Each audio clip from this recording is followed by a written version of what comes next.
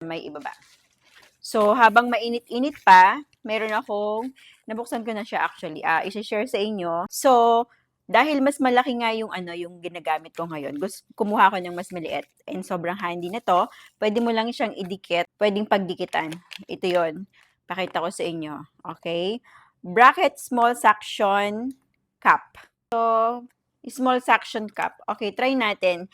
Okay, it's a phone suction cup as well as a desktop stand and magnetic stand. Okay. So, magnetic attraction for quick pick and place. And pwede mo siyang idikit instantly sa wall or meron kang basta surface na pwede siyang dumikit. Okay, ganito siya sa loob.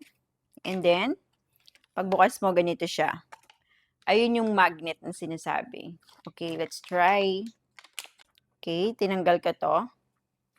Will provide longer using time. It suggests to clean suction surface with water when there has a dust or hairs. Okay, pwede mo daw linisin to, hugasan kapag marami ng mga nakadikit dyan. Okay. Ito naman kasi guys, pwede nyo itong ilagay sa phone nyo. Pero dahil built-in na yung ating sa iPhone, meron na siyang magnet talaga, pati yung phone case ko. So, ito na yung pinaka-magnet. Maganda kasi to kasi kahit saan ka magpunta, pwede mo siyang idikit. Okay, mamaya bibigyan ko kayo ng sample, ha? Para makita nyo kung paano ko siya gagamitin. Ganito yun lang yung itsura niya. Binigyan ko lang kayo ng na ganito yung pinaka-itsura niya. So, dito binidikit yung cellphone mo and then dikit mo sa wall. Ganyan. Tapos, pwede mo na siyang gamitin. May kasama na siyang ganito. Para pwede mo ilagay sa phone mo. Just in case na wala lang magnet yung phone mo. Okay. For this item. So, ito na. I have 4 like this. Ang cute kasi na to, kaya ako kumuha din. What? Mga travel kit. Pang travel kit to. Okay. So, ayan. Ang cute na to. Okay. Dior.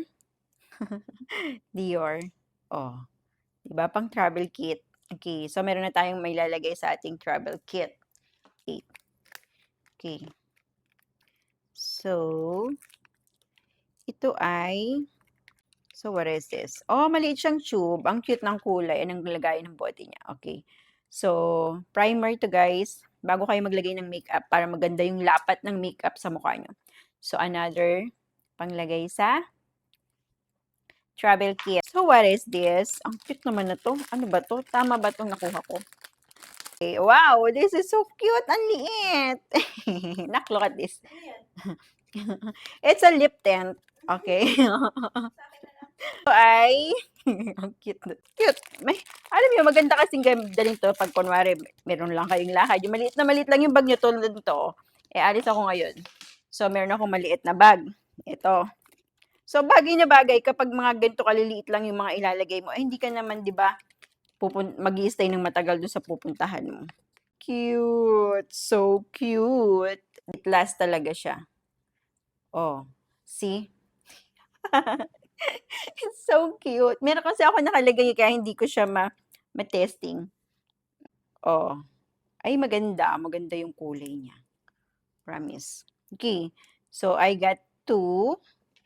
And this, ang mascara ng Dior. And,